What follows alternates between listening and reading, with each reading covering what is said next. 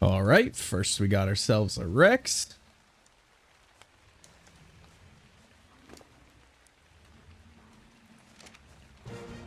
Oh, one meat tamed. We got ourselves an Ankleo. One meat and tamed.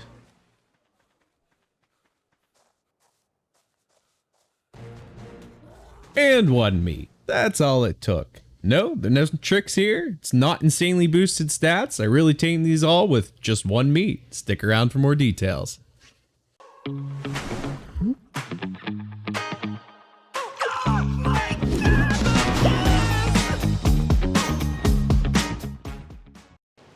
Hello and welcome back, Haven family. I am your host, that one guy for never. In this event video, we'll be covering two creatures this time around. Continuing our aquatic theme, we have for you the Electrophorus, the electric eel, and the angler. For our item, we'll be covering Fria curry. Let's start things up with the Electrophorus. Now the eels, they're pretty interesting, but I know most PvE players and even PvP players don't bother with them. Let's be honest, most of you have been on the wrong end of a fight with these things, probably more often than you care to admit. So let's talk about how you get them and what makes these guys special and worthwhile to have. So first is taming. The eels are pretty brutal to tame. They require a lot of preparation.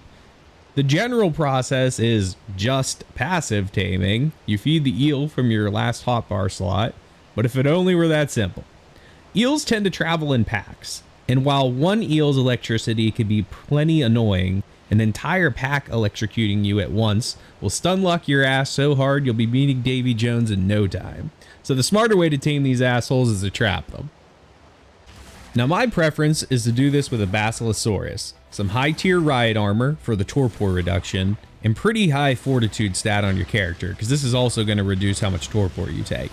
Build yourself a trap, take your Bassie out, lure the eels in, and next comes the feeding. So to many players' surprise, you can tame eels with more than just biotoxin.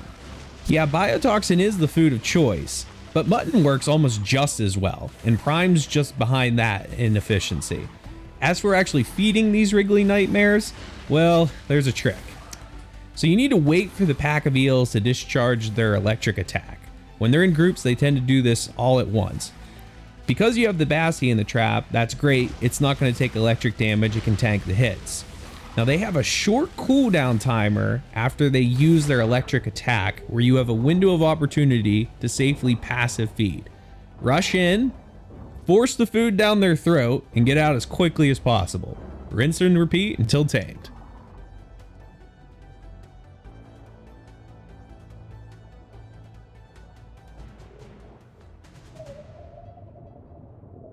All right, you got yourself a tamed eel. So what are we going to do with it? Well, first, let's pull up its stats. So you're going to see here, these things are not particularly strong, and they do have pretty poor HP, which is why I recommend putting most of your points in health and some into damage. So yeah, they're not that tanky, so what are you going to do with them? Well, all is about utility when it comes to the eel. So what these guys can do is they can shock your enemies. Wait, what? No shock attack? What's going on here? Oh yeah, that's right. Wildcard screwed us over by making it so tamed eels don't shock anymore. So what are you gonna do with these sea sausages? Well, if you get their damage up, they can still defend themselves. They're decent, but really, they're just a cool pet. Next up, let's talk about the anglerfish, because this guy, he doesn't really get much love either.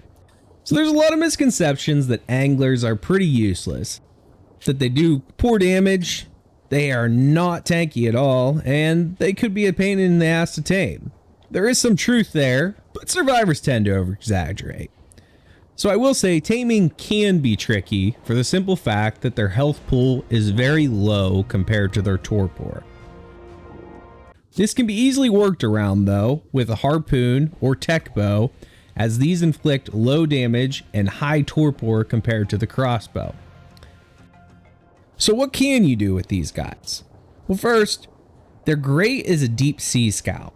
So you're going to want to level movement speed and stamina. Due to their natural lighting, these guys make it much easier to see what you're doing while exploring the deep.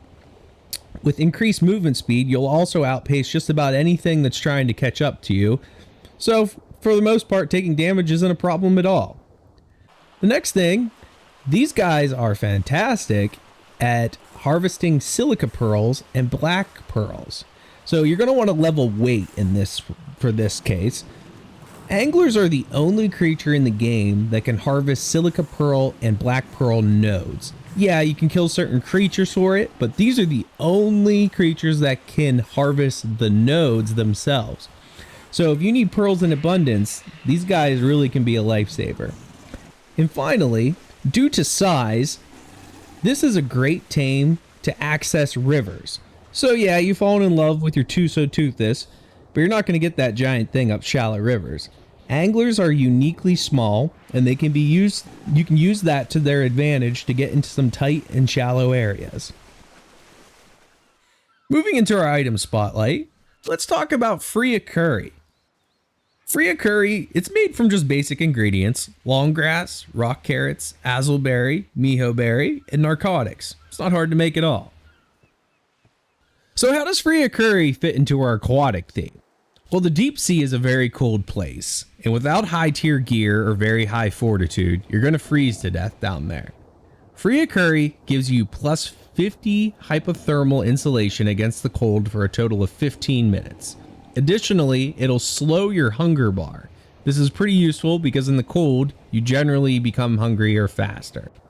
Outside of the deep sea, Fria curry is very useful when exploring ice caves as well, such as on Ragnarok or different snow biomes across the arcs. Now this week, I have another unique giveaway: Super Test Meat. So this item's a little weird, and it's probably going to be unknown by many survivors, so I'm going to touch base on what it does. First, Super Test Meat is a developer item. It was never implemented into the real game. So this OP item will instant tame any knockout or passive feed tame in the entire game. Yeah, you heard me right. It instant tames. Here's a demonstration. So most of your creatures, normal knockout tames, like the Rex here. I'm just going to go up to it, put some meat in there, and there you go. Just took one meat. Tamed, no problem. It'll work on most, but not all passive tames. Even creatures like your herbivores, like the Diplodocus, same thing. Just one super test meat, tamed out. Something to keep in mind, super test meat spoils very quickly. Only 60 seconds on this. So to the winners, I'll be giving some preserving salts to double the spoil time. But you need to be planning ahead to get this meat in a fridge as soon as possible. And as for taming, definitely carry it around in a mobile fridge, or if you have a vulture, you can put it in there as well to quadruple the time. Hope you guys enjoy this giveaway. Our admin team and our owner, Veroque, should be adding this item to the admin store soon. As always, thanks for sticking around to the end, guys. So here on Genesis 2, you can see where we're at on the map. We're on top of a waterfall. And right here on the second floor, you can find us at 63.8, 61.1. You can follow the signs inside for instructions on where to get your items and how many you can take. They'll be in both the fridge and the vault this time. Anyone who's found us on YouTube, see the description below for a link to join our awesome community. Make sure to like, comment, and subscribe. We'll see you around in a couple weeks.